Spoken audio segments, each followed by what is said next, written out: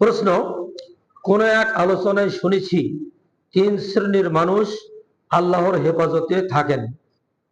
প্রশ্ন হলো, তারা কারা? 3 শ্রেণীর মানুষ আল্লাহর বিশেষ নিরাপত্তায় থাকেন, এই লোকগুলি কারা? হাদিসের আলোকে আমরা জেনে নেই। হাদিসটি আবু দাউদ রওয়ায়াত করেছেন, সনদ সহিহ। আন আবি উমামা রাদিয়াল্লাহু তাআলা আনহু قال قال رسول الله صلى الله عليه وسلم ثلاثه كلهم ضامن على الله। 3 শ্রেণীর মানুষ, এরা সম্পূর্ণরূপে আল্লাহর বিশেষ নিরাপত্তায় থেকে যান। আল্লাহ বিশেষ নিরাপত্তা এদেরকে দান করেন। কয় শ্রেণীর মানুষ? 3।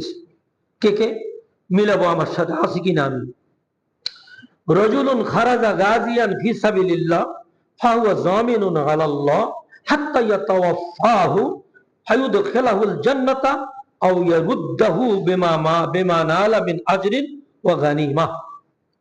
প্রথম শ্রেণীর মানুষ হচ্ছে ওই মানুষ যে ইসলামকে বিজয়ী করার জন্য ইসলামী জিহাদে অংশগ্রহণ করে অথবা শাহাদাত বরণ করার পর আল্লাহ রাব্বুল আলামিন তাকে জান্নাতুল ফিরদাউসে দান করেন, প্রবেশ করান, অথবা তাকে বিজয়ের বেশে, বীরের বেশে কিছু সম্পদ গনিমত নিয়ে ফেরত দেন।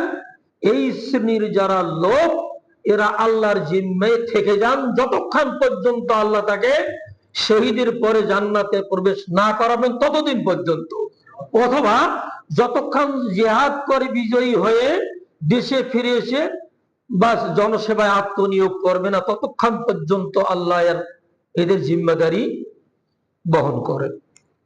তাহলে এক শ্রেণীর মানুষ গেল, আমরা নিজেরা হিসাব মিলাবো। দ্বিতীয় শ্রেণী, রাজুলুন রাহা ইলাল মসজিদ ফাহুয়া যামিনুন আলাল্লাহ। ওই লোক যারা নিয়মিত 5 ওয়াক্ত সালাতের জন্য বাড়িতে পরিষ্কার পরিচ্ছন্ন অর্থাৎ উযু করে মসজিদে এসে জামাতের সাথে সালাত আদায় করে নিয়মিত, এই শ্রেণীর মানুষগুলি আল্লাহর জিম্মায় থেকে যায়। মিলাইলে আমরা হয়তো থাকতে পারি, যদি আমরা মিলাই হয়তো আমরা ইনশাল্লাহ থাকবো ইনশাল্লাহ, আমরা আছি, থাকবো ইনশাল্লাহ।